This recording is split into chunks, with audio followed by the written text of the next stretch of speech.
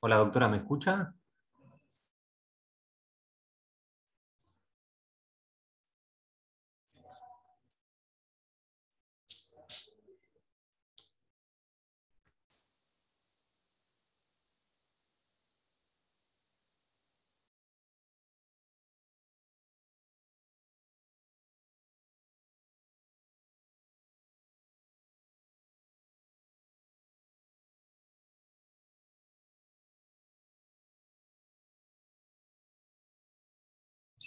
Puedo sacar. Ahí está. ¿Me escuchan? Buenas tardes. Sí, se escucha, doctora. ¿Se escuchan? Bueno. Sí, se escucha. Bueno, no sé qué problema tenemos hoy, que no podemos compartir pantalla, así que no sé qué pasará. A ver si podemos, porque me gustaría trabajar con ustedes con el tema de un Power. Doctora, no inició video usted. ¿Cómo? No inició video. Tiene que tocar donde está la cámara con una línea roja, en teoría.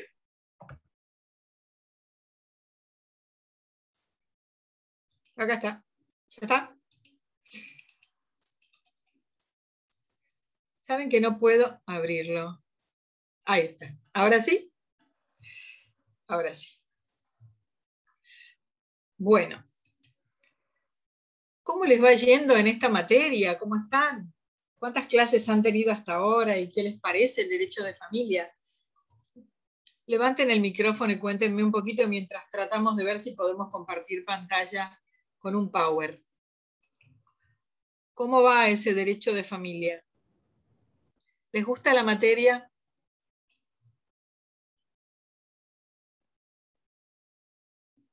Bueno, alguno me podrá contestar, me imagino. Bien.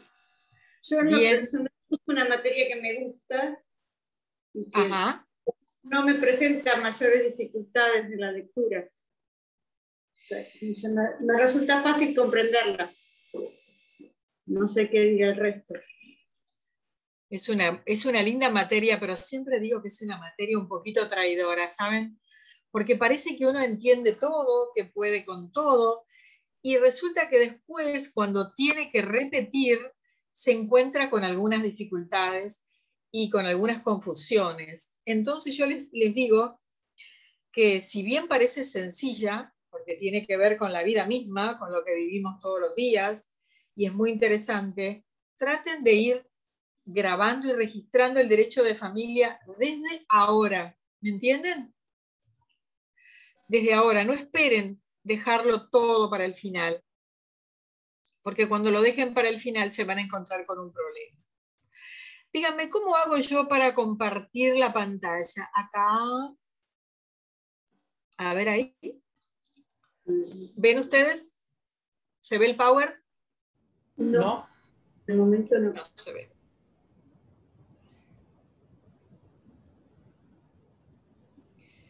¿Tenemos a Mariano por ahí?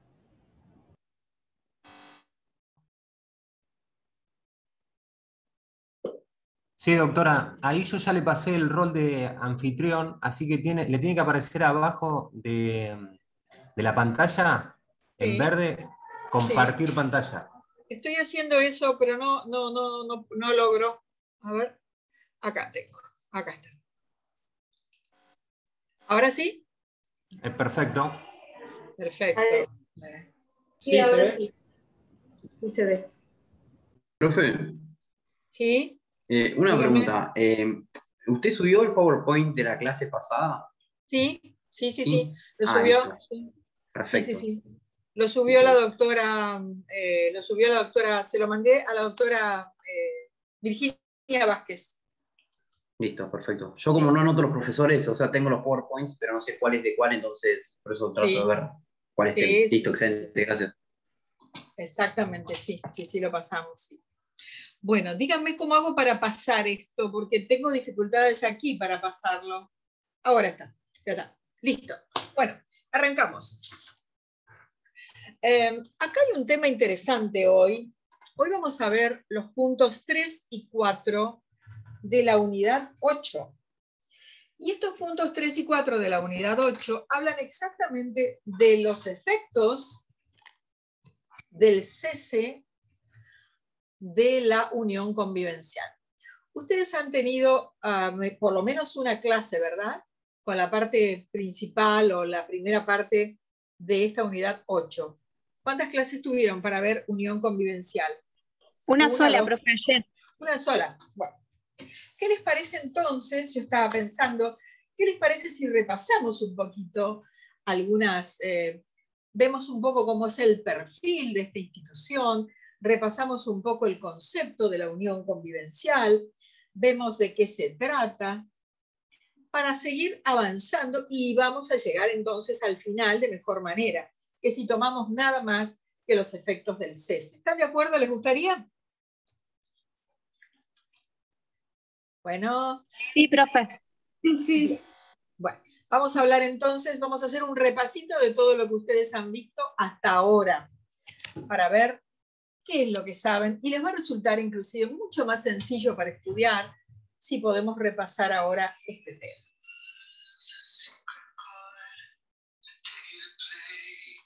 Esperen un poco que me está sonando el teléfono. Bueno, lo primero que tenemos que decir es que el Código Civil y Comercial regula las uniones convivenciales y lo hace en base a un principio fundamental, que es el principio de realidad. ¿Qué es este principio de realidad? Porque a veces escuchamos hablar de principios, pero no sabemos bien de qué se trata.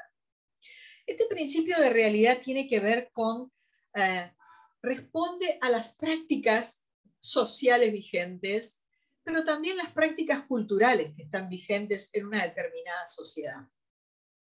Y es un principio que el legislador ha tomado en cuenta a la hora de legislar y de sancionar las leyes. Estamos hablando de la unión convivencial, es decir, de una unión de hecho por fuera del matrimonio que responde a una determinada elección de vida y también a una organización determinada de la familia. Entonces, vuelvo a decir, el Código Civil y Comercial desde el año 2015 regula por primera vez en forma sistemática las uniones convivenciales en base a este principio de realidad. Miren, es interesante que ustedes tengan en cuenta cuál es la propuesta metodológica de nuestro Código Civil y Comercial. Lo primero que hace el Código es definir los grandes paradigmas del derecho privado, pero además lo hace a través de principios y mantiene las leyes especiales y consigna reglas generales.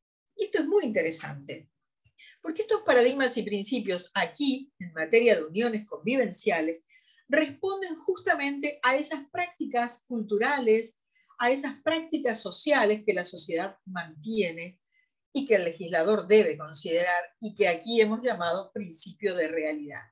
Por ejemplo,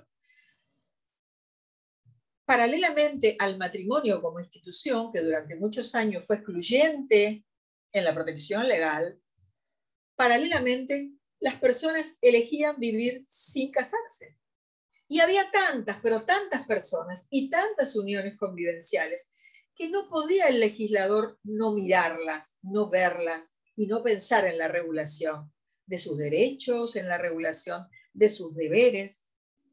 Entonces, ¿cuáles son los paradigmas de los que hablamos que ustedes van a encontrar en materia de unión convivencial? El primero es un paradigma protectorio, que tiene que ver o que propone la tutela de la persona humana.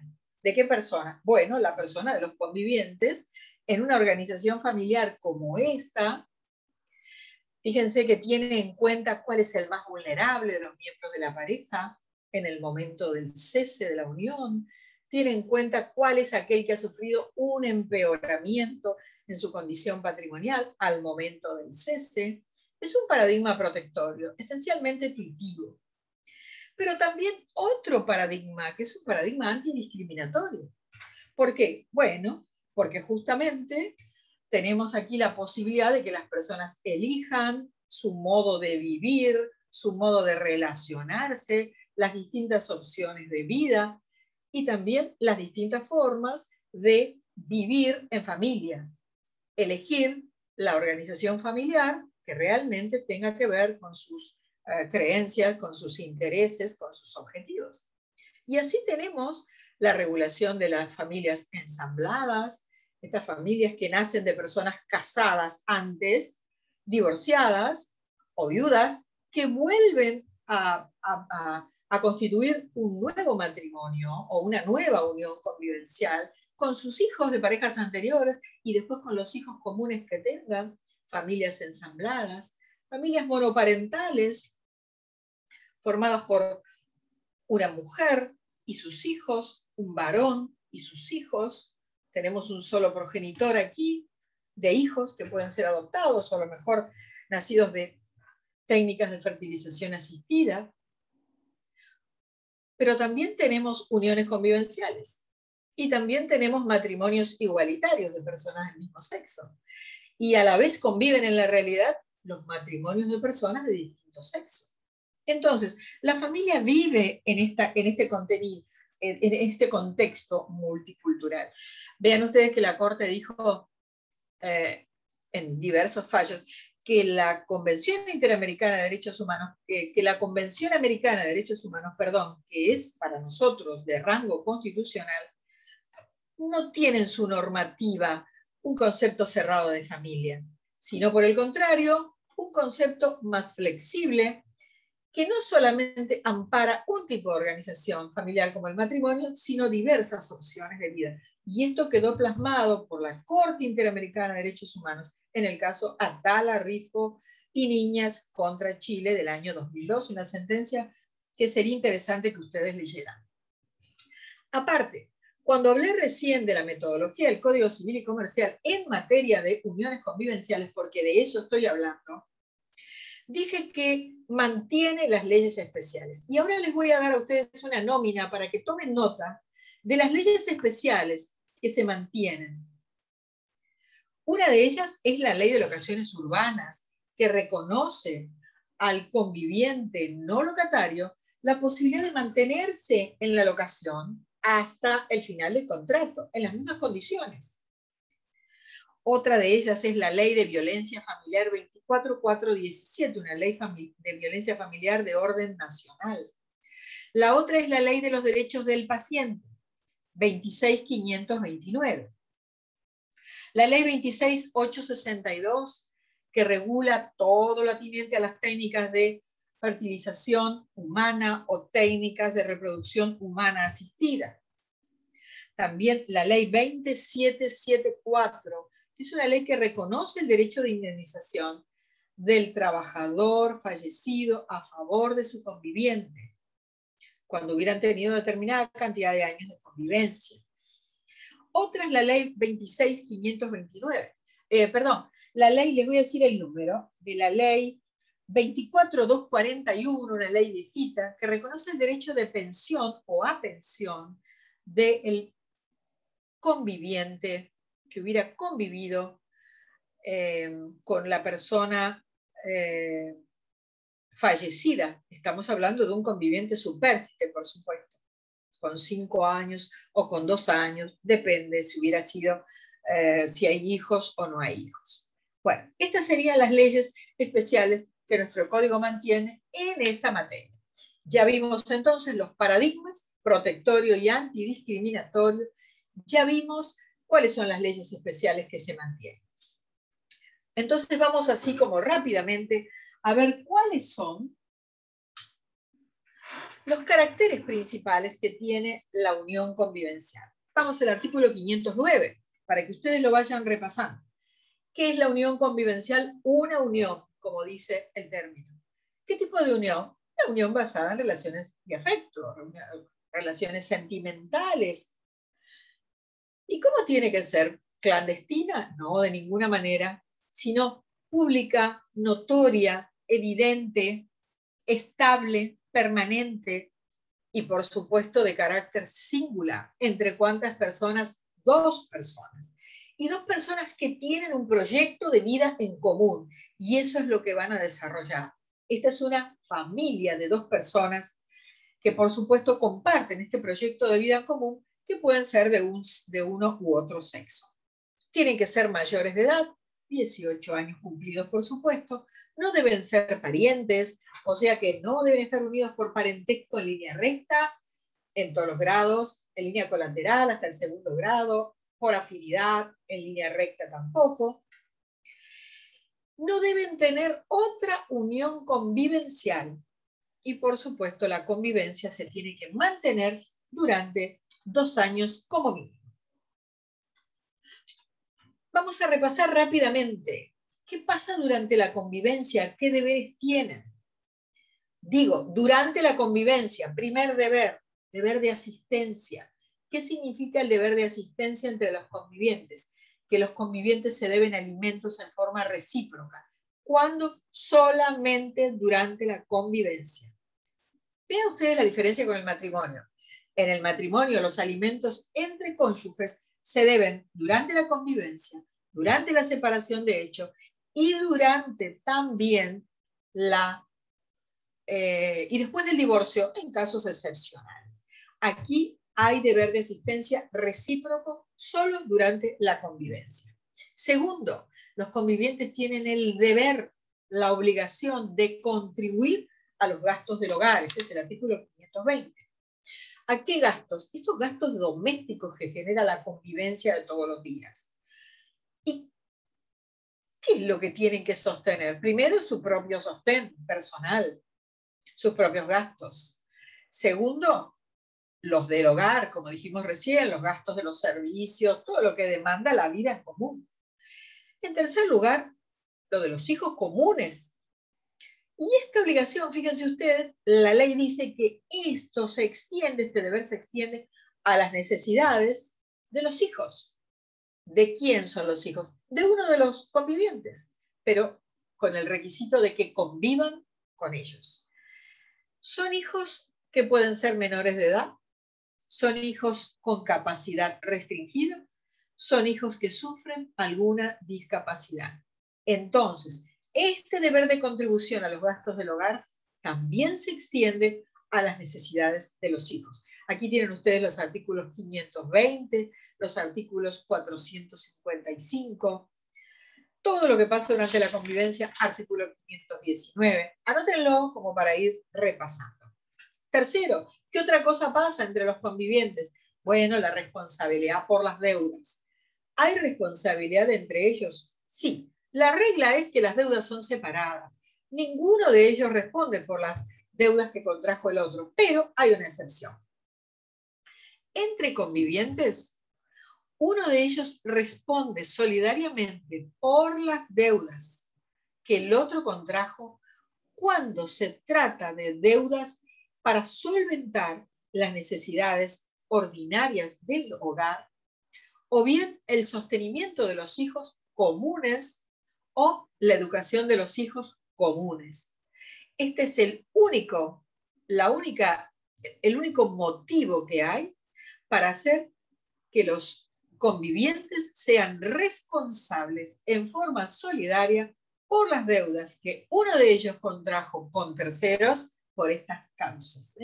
Solventar las necesidades ordinarias del hogar, el sostenimiento de los hijos comunes, es decir, los hijos que son de ambos, o la educación de estos hijos de ambos. Fuera de estos casos, el sistema es de deudas separadas. En cuarto lugar, tenemos el tema de la protección de la vivienda familiar. Esto es muy importante y está en todos los exámenes, así que atenti, artículo 522. Y fíjense ustedes una cosa. ¿Es importante inscribir la unión convivencial? Para que se reconozcan los derechos que tienen los convivientes, ¿será necesario y obligatorio inscribirla? En principio no, porque para que se reconozcan los derechos no es necesaria la inscripción. La inscripción sí es necesaria a los fines de la prueba. ¿Prueba de qué? Prueba de la existencia de la relación, prueba de la existencia de la unión, de esta unión especial, particular, basada en el afecto. Pero vean ustedes qué importante que cuando hablamos de la protección de la vivienda familiar en el artículo 522, lo primero que se dice es cuando la unión convivencial fue inscripta. O sea que aquí vemos qué importante es la inscripción.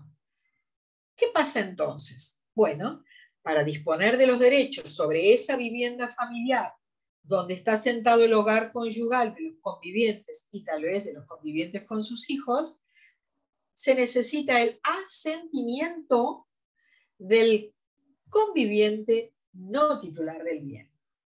Vamos a imaginar que están viviendo en la casa que es de uno de los convivientes y lo que quiere hacer es venderla. Pero ahí vive la conviviente, a lo mejor con uno de sus hijos.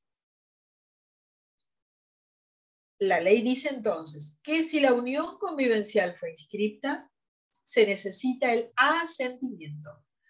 El consentimiento lo dará el titular y el asentimiento lo dará en este caso el no titular que tiene una unión convivencial inscripta y que vive en esa vivienda. Entonces, ¿para qué casos y para qué actos se necesita el asentimiento del no titular? El artículo 456 es muy claro. Primero, para disponer de los derechos sobre la vivienda familiar. Segundo, para disponer de los muebles indispensables que tiene esa vivienda familiar. Y tercero, para sacar los bienes muebles de la vivienda, o sea, para trasladarlos fuera de la vivienda. ¿Y qué pasa si se hace y ese asentimiento no fue otorgado? Bueno, existe la posibilidad de que el no titular conviviente solicite la nulidad del acto. ¿Qué plazo tendrá? Tiene un plazo de caducidad. ¿Cuál es ese plazo? 6 meses. ¿Desde cuándo se cuentan los 6 meses? Se cuentan desde que conoció el acto, pero con una condición. Siempre que siga y que continúe y que se mantenga la convivencia. Si la convivencia se rompió y ya no existe más ese elemento constitutivo, esto no se puede hacer. Otra cosa importante que repasamos es, ¿la vivienda familiar se puede ejecutar? Depende. La vivienda familiar, espérenme un segundo.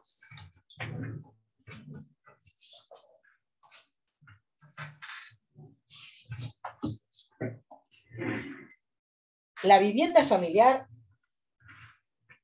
no se puede ejecutar por ninguna deuda contraída luego de su inscripción. Salvo, y fíjense que esto es importante, muchas personas creen que es inejecutable, salvo que la deuda haya sido contraída por los dos convivientes, o salvo que la deuda haya sido contraída por uno con el asentimiento del otro.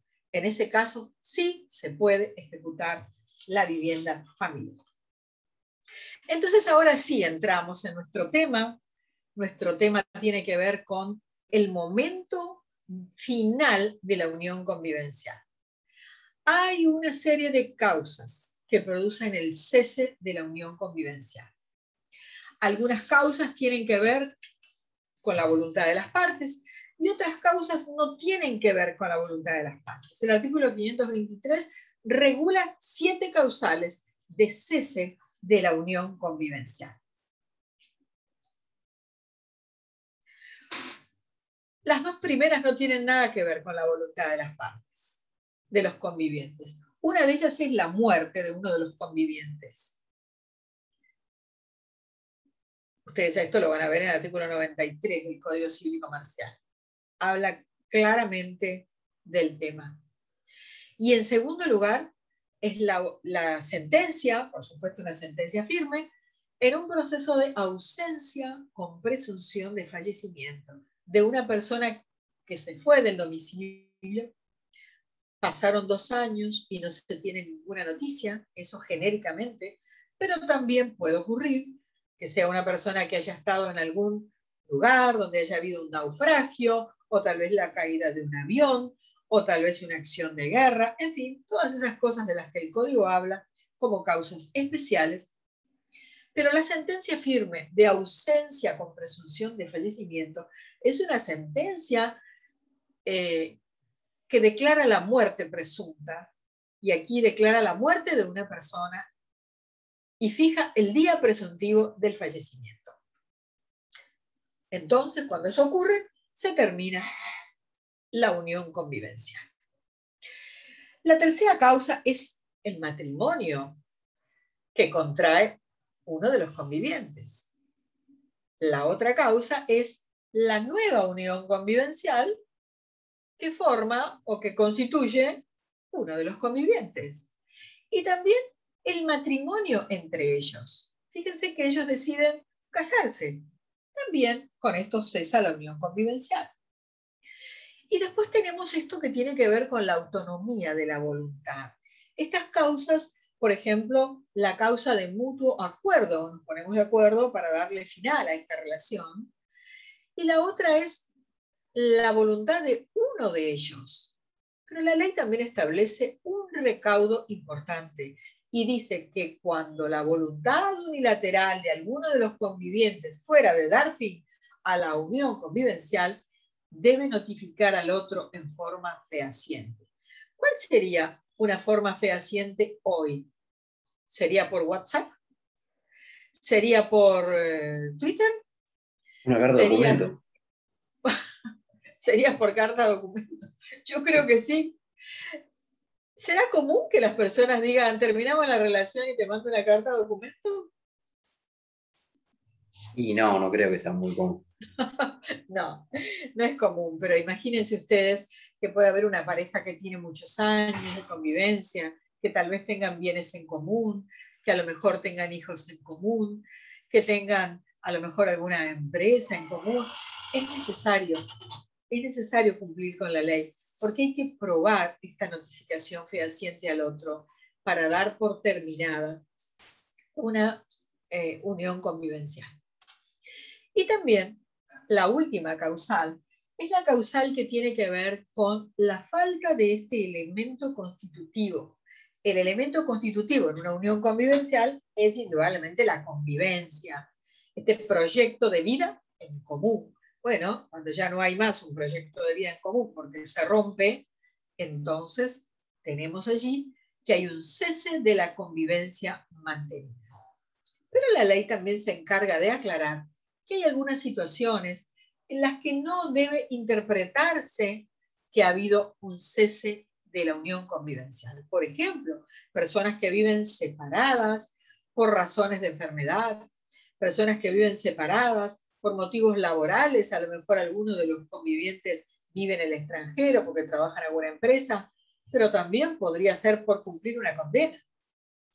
Entonces, ¿cómo sabemos que dos personas no están formando, mantienen una unión convivencial cuando no las vemos vivir juntas? Bueno, la ley dice siempre que se mantenga y permanezca la voluntad de vida en común. Cuando existe voluntad de vida en común, entonces no importa que vivan separados por alguna razón especial. Aquí lo importante es que la voluntad de mantener la relación existe.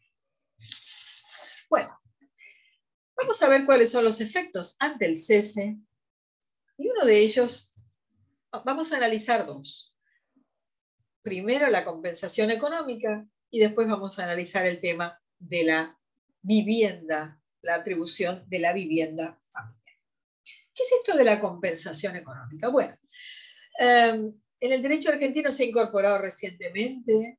Esta es una figura muy novedosa, pero así como es de novedosa, también ha sido distorsionada en su concepto, porque se la ha mezclado y está generando unas expectativas tremendas. Tenemos muchas, pero muchas personas que están consultando. Algunos parece que quisieran... bueno, después les voy a dar algunos ejemplos y les voy a contar algunas experiencias sobre el tema de la compensación económica. Tenemos una en la tele, que siempre la vemos, que es la compensación económica de 7 millones o 6 millones de dólares, algo así, pedida por Rocío Oliva a Maradona en vida y ahora a sus herederos. La verdad es que, miren, esto es importante que nosotros veamos cuál es el motivo y la razón por la cual el legislador trajo al derecho argentino y al Código Civil y Comercial la figura de la compensación económica. El primer fin, el primer objetivo, es mantener la igualdad real de las partes. Es mantener la igualdad real de las partes de los convivientes.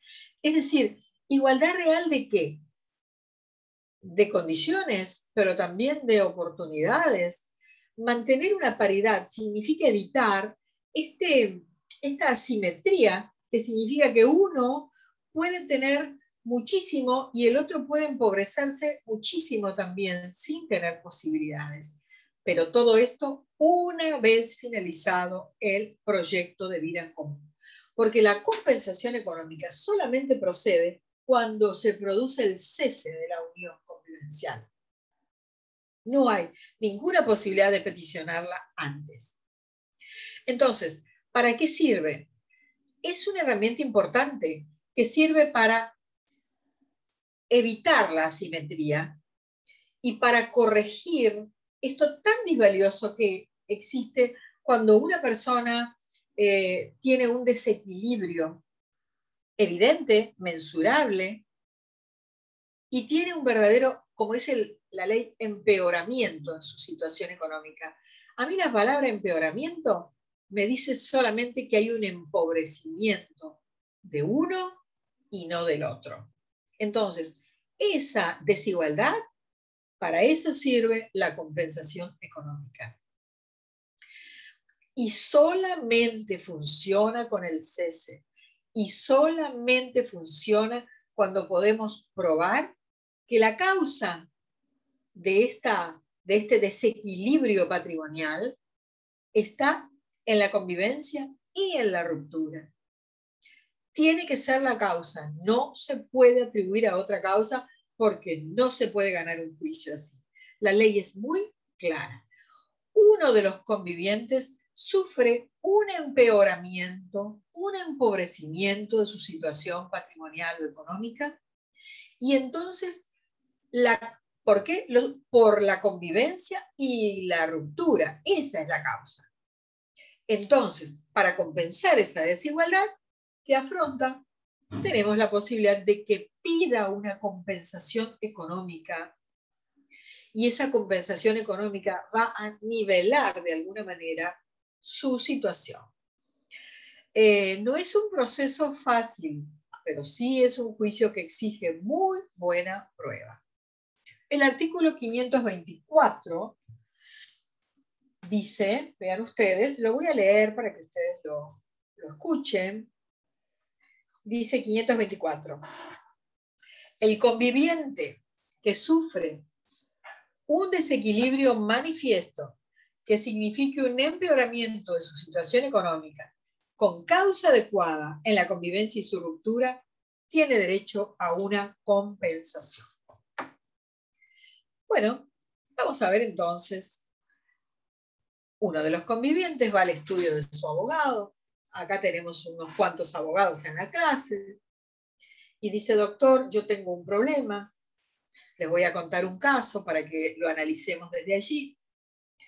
Una señora había recibido de sus padres un campo.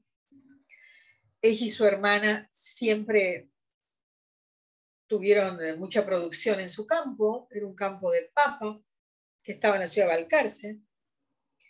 Murió su hermana y ella se quedó con todo el campo porque tenía derecho de acrecer. La hermana no tenía herederos. Un día conoce a un señor y entonces inicia una relación convivencial con él. Él tenía una casa muy linda, pero sus papás habían muerto y entonces él compartía en condominio con su hermana que vivía en España una casa preciosa que tenía atrás un gran lugar donde querían instalar un gimnasio y iniciar una actividad económica. Ella entonces vendió su campo y lo ayudó a él a pagar las deudas, a comprar prácticamente todo lo necesario para montar el gimnasio. Pero la casa quedó a nombre de él, porque esto era en una sucesión. Y no quedó constancia absolutamente en ningún lugar que ella había puesto todo este dinero. Él era titular de una porción, pero la señora pagó las deudas, instaló el gimnasio, compró todas las cosas, pagó muchas más cosas, arregló la casa, buscaron un buen arquitecto, todo, se hizo cargo de todo y prácticamente no se quedó con un centavo. O sea que ella invirtió todo su patrimonio en esta relación. Vivieron 10 años juntos, tuvieron un hijo, pero un niño que comenzó con una guarda y finalmente lo adoptaron. Aparentemente la relación estaba muy bien, hasta que un día el señor conoció a otra persona y dijo que quería separarse. Ella ya tenía 55 años, su hijo ya estaba grande, no tenía un centavo porque todo lo que tenía estaba allí en esa casa. Los negocios empezaron a venirse abajo. El señor había ido sacando dinero de las ganancias y había puesto comprado algunos negocios de fondos de comercio de pizzería. Y ella seguía en su casa porque realmente ya no tenía ni siquiera mucha posibilidad dentro del mercado laboral, por su edad y aparte porque tenía algunas enfermedades. Vamos a pensar en un caso así. Esta mujer entró a esa relación con una muy buena situación económica, pero ahora veía que esa situación económica verdaderamente estaba atomizada. Ella sintió y vio y podía mensurar el desequilibrio patrimonial, el empobrecimiento, esto que la ley llama el empeoramiento de su situación económica. Y el señor tenía negocios, todos a nombre de él, con habilitaciones a nombre de él. Él tenía además una profesión, o sea que él estaba en mejores condiciones. Y aparte con una novia joven y nueva. Bueno, la señora fue a ver un abogado e iniciaron un proceso, una acción de reclamación de compensación económica. ¿Cuánto es el tiempo para iniciar esta acción? Miren que es muy breve. 6 meses desde que se produjo el cese de la relación convivencial, por cualquiera de las causas que vimos recién en el artículo 523. Solo 6 meses. Cuando los 6 meses se cumplen, se produce la caducidad y ya no se puede iniciar. Ella la inició en tiempo y pudo probar muchas cosas. Reclamó una buena cantidad de dinero y entonces el juez ordenó una audiencia conciliatoria para saber si las partes podían llegar a algún tipo de acuerdo. Vamos a pensar que estamos en una audiencia conciliatoria para ver en qué puede consistir la prestación. El ex conviviente estaba dispuesto a llegar a un arreglo. La señora pedía dinero. Él dijo, yo dinero en la audiencia. Yo no tengo dinero en efectivo para darle, pero podríamos dialogar a ver qué es lo que podemos hacer. Miren, la primera regla es que en toda relación y unión convivencial, lo bueno es lo que dice la ley, hacer un pacto de convivencia. Este pacto de convivencia, que se puede registrar perfectamente porque la ley lo autoriza, habría que hacerlo porque es el pacto regulador de las relaciones de los convivientes, de la forma como se van a distribuir los bienes, de la manera de contribuir a las necesidades del hogar, absolutamente de todo. Entonces, primera regla, ¿qué dice el pacto? ¿Lo escribieron? No, en este caso no había. Bueno, si no hay pacto, entonces lo tendrá que determinar el juez o bien se pondrán de acuerdo en una audiencia. Él dijo, bueno, ¿qué es lo que tengo? Tengo 3 negocios de pizzería que funcionan bien. Tengo una casa importante, la tengo alquilada. Tengo una pequeña quinta donde estoy cultivando, tengo unas plantaciones de kiwi.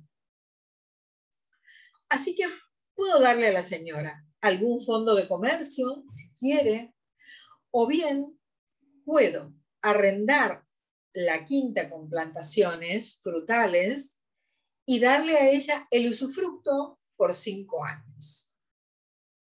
Bueno, la señora lo pensó y hicieron algunas hicieron un buen acuerdo. Ella se quedó con el usufructo, o sea, con el alquiler, con el arrendamiento de esa quinta en un lugar rural, muy lindo. Luego con el tiempo ella misma pudo ir haciendo algunas cosas y comprando su propio predio, pequeño al principio, pero una mujer muy emprendedora. Y fue de esa manera supliendo este problema. Y también él se obligó a pasarle una renta mensual para que ella pudiera cubrir también algunas cosas que tenían que ver con alquiler y todo eso. Entonces, ¿qué dice la ley? ¿En qué puede consistir la prestación? Primero, en todo aquello que pactaron. Pero como no siempre pactan, entonces podría ser una prestación única. Si hubiera dicho, bueno, le voy a pagar 500.000 pesos, podría ser una renta, por ejemplo, le voy a pagar 20.000 pesos mensuales por un tiempo determinado, que no supere la duración de la unión convivencial. Podría ser que lo pagara con un usufructo, como en este caso, podría pagarlo en dinero, también, o de cualquier otro modo, y si se pacta, siempre será mejor. ¿Saben ustedes que, como les dije al principio, es una institución muy interesante, pero se ha distorsionado totalmente? Algunos la confunden con los alimentos, cuando la renta es periódica, pero saben que no tiene absolutamente nada que ver, porque la compensación económica sirve justamente para nivelar, para compensar ese desequilibrio en la situación económica que se produce y que afecta a uno de los convivientes, para lograr justamente una igualdad real de oportunidades. Entonces, los alimentos sirven para otra cosa, sirven para cubrir necesidades y necesidades del alimentario, o sea, de la persona beneficiaria de los alimentos, alimentado.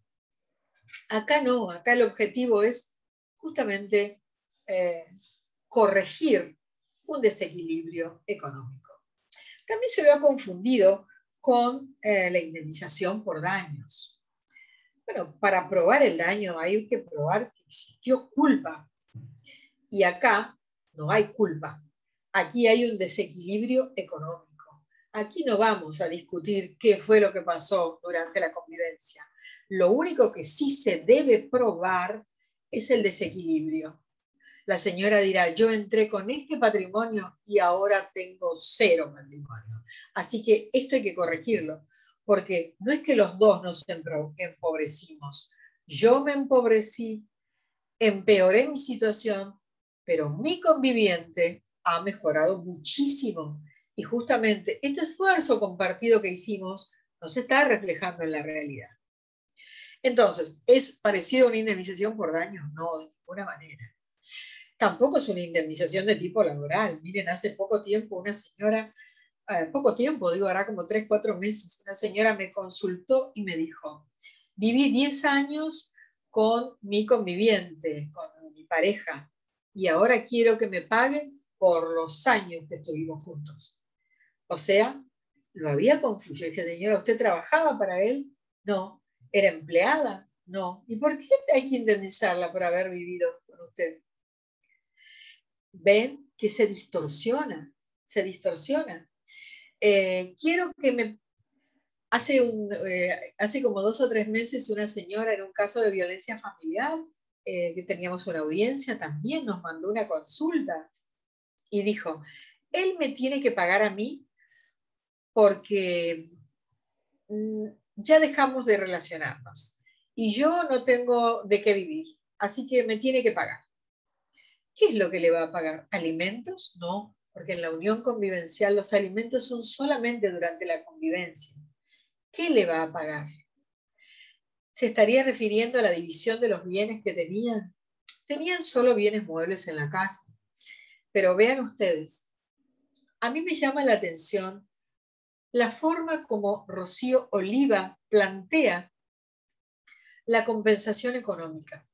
Su abogada dice que tiene derecho, porque lo que Rocío Oliva ha perdido es una pérdida de chance. Es decir, esta señorita que creo que entró a la relación con Maradona cuando tenía 19 o 20 años, entró sin nada. No tenía absolutamente nada. Hoy pide 6 millones de dólares y los pide porque dice que él ganó tanto. Y ella siente que fue una persona que contribuyó a que él ganara toda esta cantidad. ¿Dónde se centrará ese pedido de compensación económica de Rocío Oliva? ¿Acaso está pidiendo y está planteándolo como una pérdida de chance?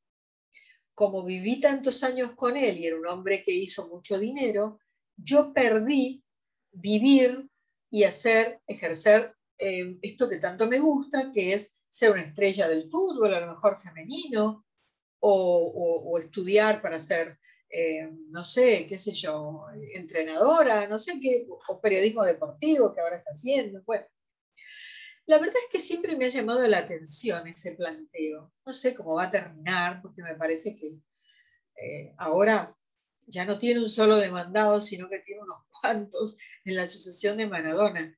Pero de todos modos, sería bueno tener esa demanda para poder saber los verdaderos argumentos por los que una persona como Rocío Oliva siente que su situación se ha empeorado y lo está probando.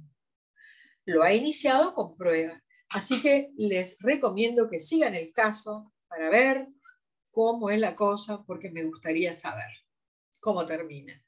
Y se nos ha ido el power. Bueno, ¿qué hora es? Tenemos un ratito, ¿no? No sé qué pasó que se borró. Sí, son 7:20. Son 7:20. ¿Ustedes ya no lo ven más al power? No, profe, capaz que lo habrá cerrado.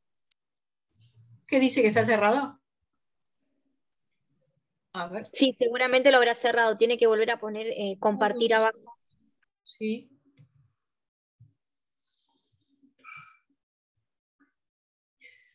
Vamos a compartir. Oh, Dios mío. Bueno.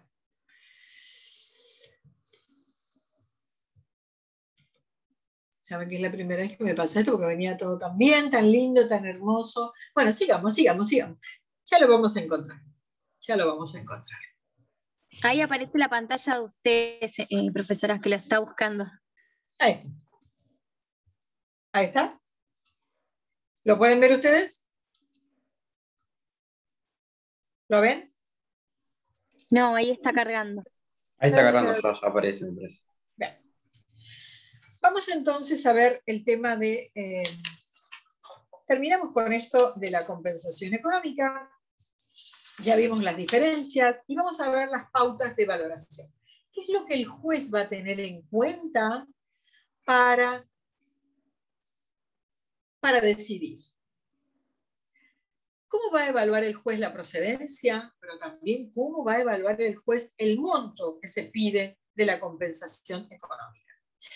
El juez va a considerar algunas de las razones que el legislador ha puesto en esta norma. El artículo 525. Entre ellas, lo que decíamos hoy, muéstreme cuál es su estado patrimonial al principio de la relación. Segundo, y vamos a hacer una comparación con el estado patrimonial que usted tiene ahora al cese. Así vamos a comparar. Otra, ¿quién de los miembros de la pareja se ha dedicado al cuidado de los hijos, al cuidado de la familia, a la educación de los hijos, a la crianza? ¿Y quién se va a ocupar después si los chicos son chicos y todavía necesitan a alguien que se ocupe de ellos? Bueno, esa es una persona que realmente está haciendo un aporte más que importante. Otra, ¿qué edad tiene el conviviente que está pidiendo la compensación económica? ¿Tiene 30 años? ¿Tiene 40? ¿Tiene la edad de Rocío Oliva? ¿O tiene 55 años como esta señora? ¿Y cómo será su estado de salud? Bueno, esta mujer tiene artritis, tiene problemas que le impiden tener cualquier tipo de trabajo, o podría decir, tiene un estado de salud perfecto, es deportista, cosas diferentes. Otra, ¿qué capacitación laboral tiene? ¿Tiene alguna profesión? ¿O se ha capacitado para desempeñar alguna tarea que sea una tarea remunerada, que le permita acceder al mercado laboral? Y los hijos, ¿hay algún hijo con una discapacidad o con una capacidad restringida que necesite más cuidado, mayor atención de parte del conviviente que está reclamando la compensación? Y hay otra que es interesante. Y en este caso, ¿saben? También esta mujer del caso que les conté, ella también pudo probar esto. Ella se ocupó durante casi 8 años de llevarle toda la contabilidad y llevar toda la documentación contable del negocio que tenían juntos, que era esta explotación del gimnasio. Ella iba todos los días y era la que se encargaba, la que hacía el arqueo, la que hacía las declaraciones juradas, la que hacía todo. O sea que ella participaba de este negocio, que era en definitiva una actividad mercantil, pero también podría haber sido, como dice la ley, ¿cuál era su participación en la actividad industrial o en la actividad profesional del otro conviviente? Y la última, el juez va a tener en cuenta también la vivienda familiar. ¿A quién se atribuye? ¿Cuál de ellos es el más vulnerable de todos? Vamos a ir entonces al último tema de la compensación económica, que es el que pide el programa, que tiene que ver con los aspectos procesales. Primero, ¿quién es el juez competente cuando se trata de cese de la unión convivencial y planteo de una demanda reclamatoria de compensación económica? Es el juez del último domicilio convivencial, el último domicilio que tuvo la pareja de convivientes, o bien del juez del domicilio del demandado. Y a esto, por supuesto, como dice el código, lo elige el actor. Segunda cuestión, ¿cuál es el plazo para ejercer la acción, para hacer el reclamo? El plazo es de 6 meses. 6 meses contados desde que se produjo la causa de cese de la unión convivencial. 6 meses. Este es un plazo que parece exiguo. Cuidado porque es un plazo de caducidad. Y en último lugar, también son aquí aplicables los artículos 721 y 122 que hablan de las medidas provisorias necesarias. El Código Civil trae un capítulo especial con respecto a estas medidas que se pueden aplicar sobre los bienes y también sobre las personas. Bueno, y por supuesto el tema de la prueba. Ya lo vimos en el ejemplo y lo repasamos. ¿Qué tendrá que probar la actora? La actora tiene que probar, primero, el desequilibrio patrimonial hipócrita. ¿Cómo? Bueno, por ejemplo, de esta forma comparativa. Entré con tanto y me voy con nada.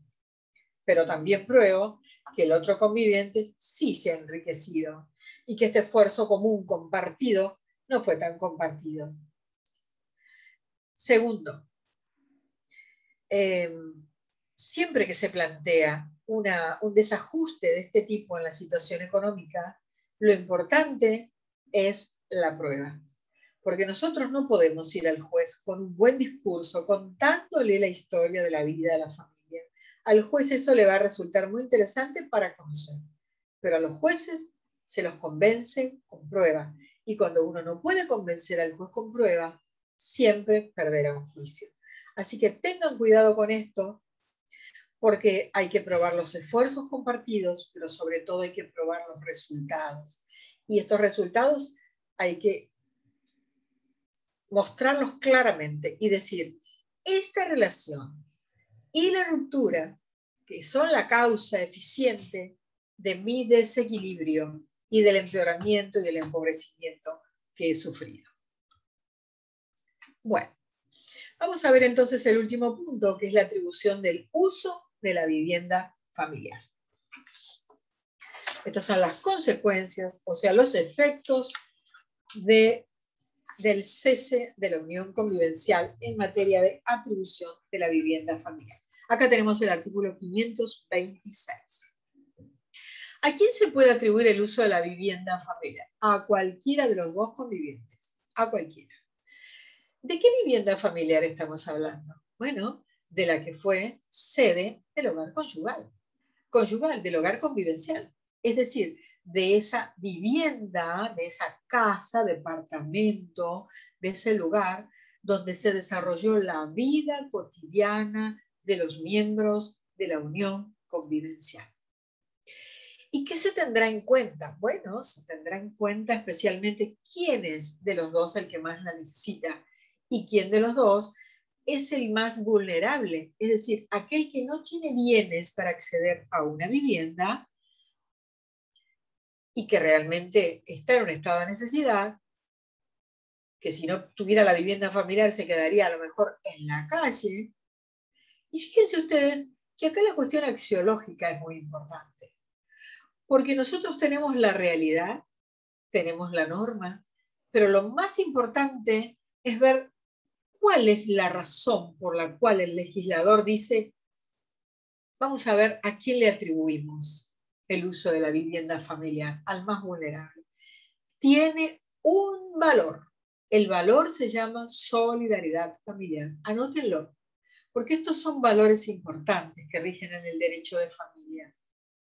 En las relaciones familiares, el valor solidaridad nos habla del principio, es un principio que ustedes lo van a ver mucho en el Código Civil Comercial en materia de familia, que es el principio de solidaridad familiar, que se sostiene en un valor. Por eso digo que esto axiológicamente es muy rico. Entonces, ¿qué dice el artículo 526? ¿Cuáles son los supuestos y las circunstancias que el juez va a valorar y que va a considerar a la hora de otorgar a uno de los dos, atribuir a uno de los dos el uso de la vivienda familiar? Primero, el juez va a tener en cuenta quién tiene a cargo los hijos. ¿Qué hijos? Los menores de edad, los hijos menores de edad, los hijos que sufren alguna discapacidad, los hijos que tienen una capacidad restringida tal vez. Segundo, el juez va a valorar la prueba, si es que se prueba, que uno de los convivientes tiene una gran necesidad de contar con esa vivienda, por lo que dijimos recién, porque no se la puede procurar de otra manera. A lo mejor no tiene trabajo, a lo mejor no puede pagar un alquiler, a lo mejor no tiene una familia que la albergue. Tercera cuestión, ¿cuál será el plazo? Bueno, si no se ponen de acuerdo, el plazo lo va a determinar el juez. Dice la ley que el plazo máximo de duración va a ser 2 años. No importa si vivieron 30 años juntos y si la relación duró 30 años. El plazo máximo será de 2 años, a contar desde el momento en que cesó la convivencia. Y no se tendrá en cuenta el tiempo de duración de la relación convivencial.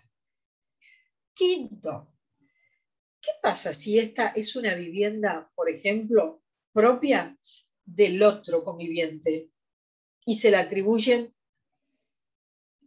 al otro? O sea, ¿qué podría pedir? Bueno, podría decir, yo quiero una renta compensatoria, como una especie de canon locativo que va a ser menor que un alquiler, pero algo que me compense, que me permita pagar los alquileres, me permita pagar los servicios o a lo mejor las expensas.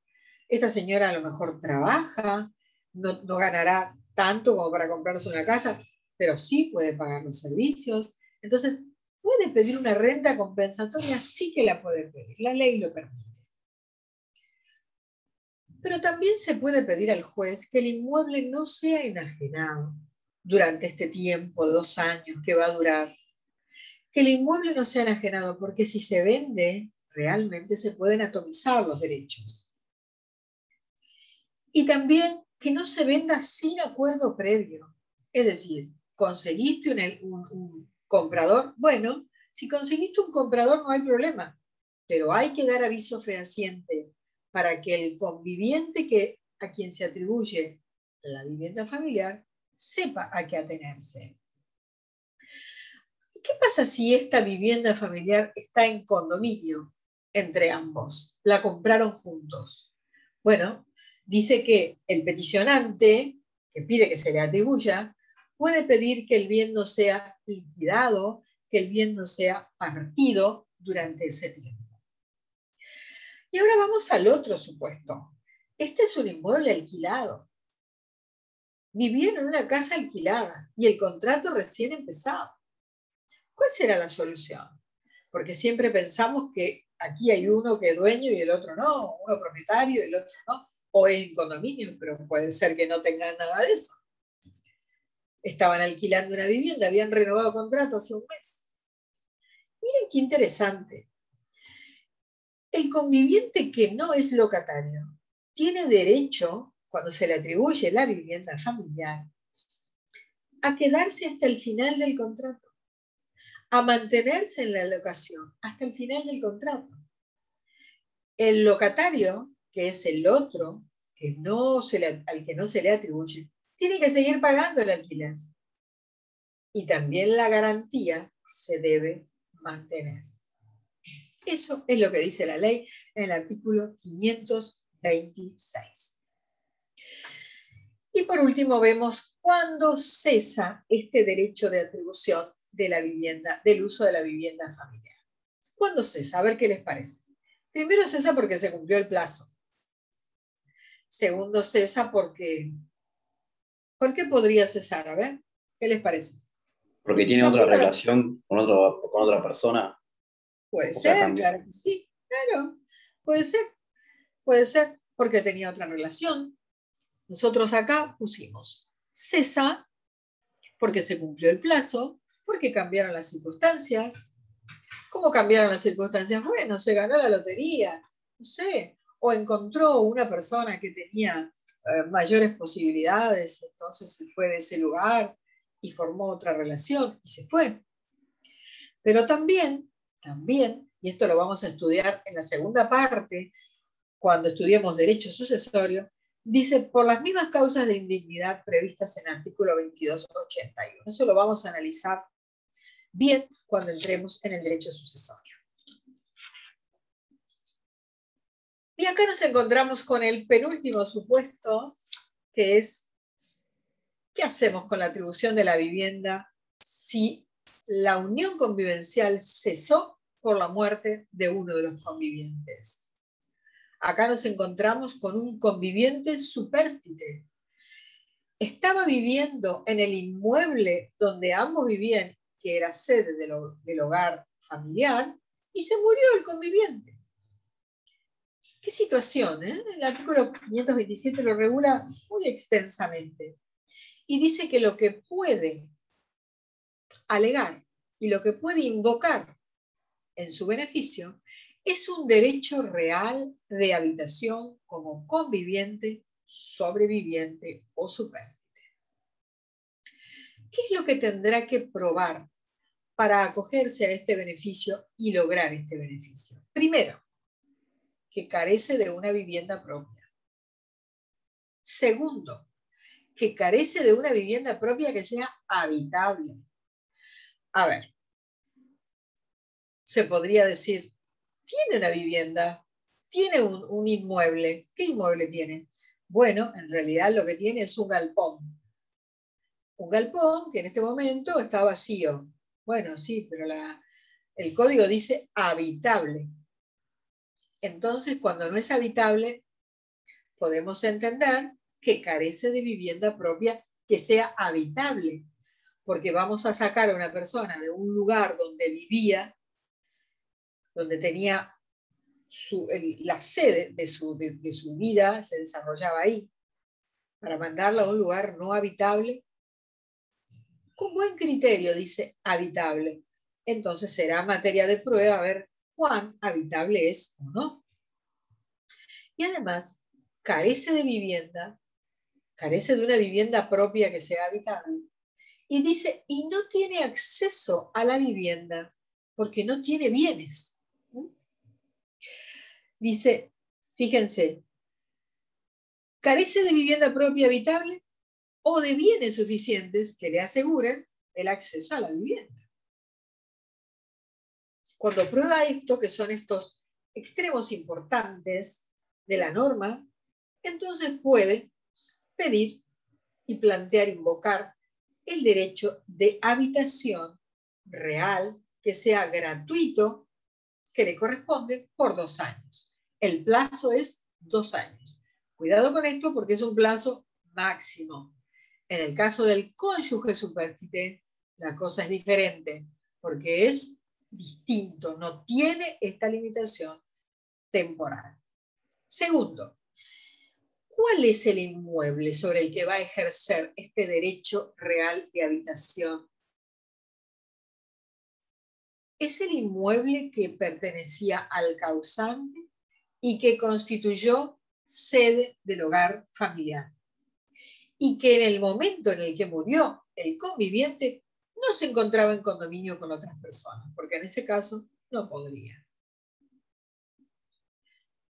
¿Y qué pasa si había acreedores que habían contratado con el conviviente que falleció? ¿Será oponible a ellos este derecho real de habitación que invoca como un beneficio el conviviente supérstite? De ninguna manera. La ley es muy clara y el artículo 527 dice en el punto 3, el derecho real de habitación del conviviente supérstite es inoponible a los acreedores del causante, o sea, aquellos que contrataron con él en vida, que confiaron en él porque tenía estos bienes. Y por último, ¿cómo se extingue? Bueno, se extingue cuando constituye una nueva unión, cuando se casa, contrae matrimonio, cuando adquiere una vivienda propia que sea habitable, o cuando tiene y adquiere bienes suficientes que le permiten acceder a una vivienda. Por último, vamos al artículo 528 y cerramos acá. ¿Qué pasa cuando cesa la unión? ¿Cómo se dividen los bienes que se compran durante la unión convivencial? Miren, el código es muy sencillo en su solución.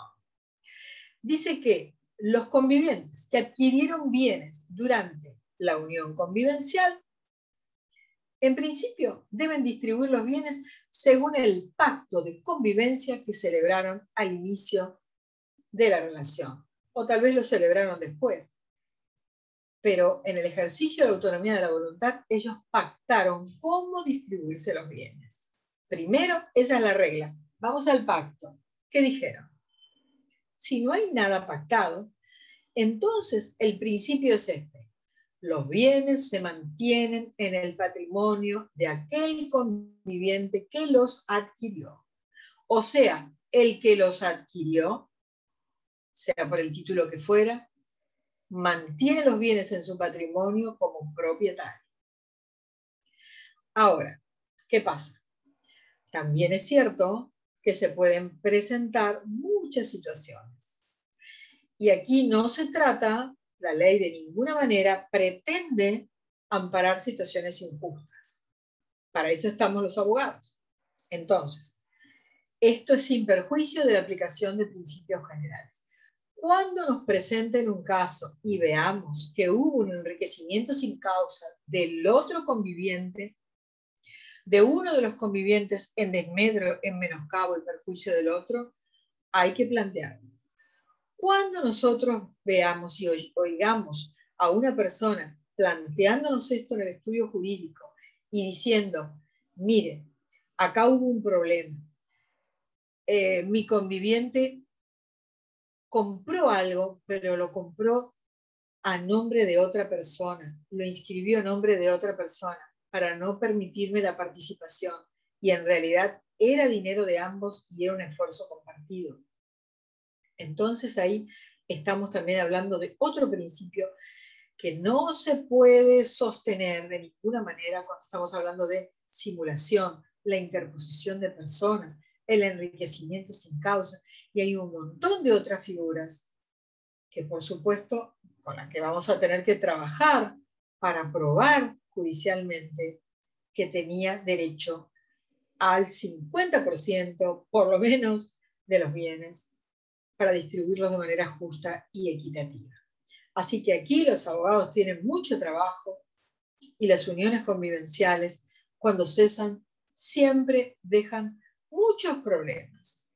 Los problemas de la compensación económica, los problemas de la distribución y la liquidación de los bienes que compraron juntos pero que aparecen inscritos a nombre de uno en perjuicio del otro. En fin, todas estas cosas interesantes, ya hay una jurisprudencia muy nutrida, hay una doctrina muy nutrida y es un tema realmente muy interesante. Bueno, mis queridos, les voy a mandar el Power para que ustedes lo tengan y terminamos acá nuestra clase de hoy. Hasta la semana próxima. Deseo que tengan una buena semana. ¿Cuándo tenemos el examen? ¿Tienen ustedes idea? El 26 de abril. El 26, bien. Así que el 26 de abril ustedes ya empiezan a faltar como una semana antes y ya no viene ninguna. ¿Es así? Bueno, la clase que viene me parece que van a estar, así que aprovecho, porque después hay así como que no viene nadie. Lo que necesiten, por supuesto, lo van consultando. Si quieren en algún momentito, dejamos un ratito de la clase para que puedan hacer alguna consulta, alguna pregunta, traer alguna inquietud sobre los temas que vamos viendo. ¿Les parece bien? Sí, muchas gracias.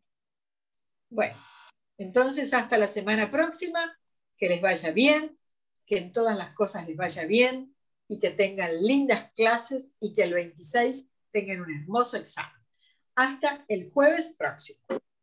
Gracias, profe. Gracias, Hasta luego. profe. Hasta luego. Hasta luego. Hasta luego. Hasta luego.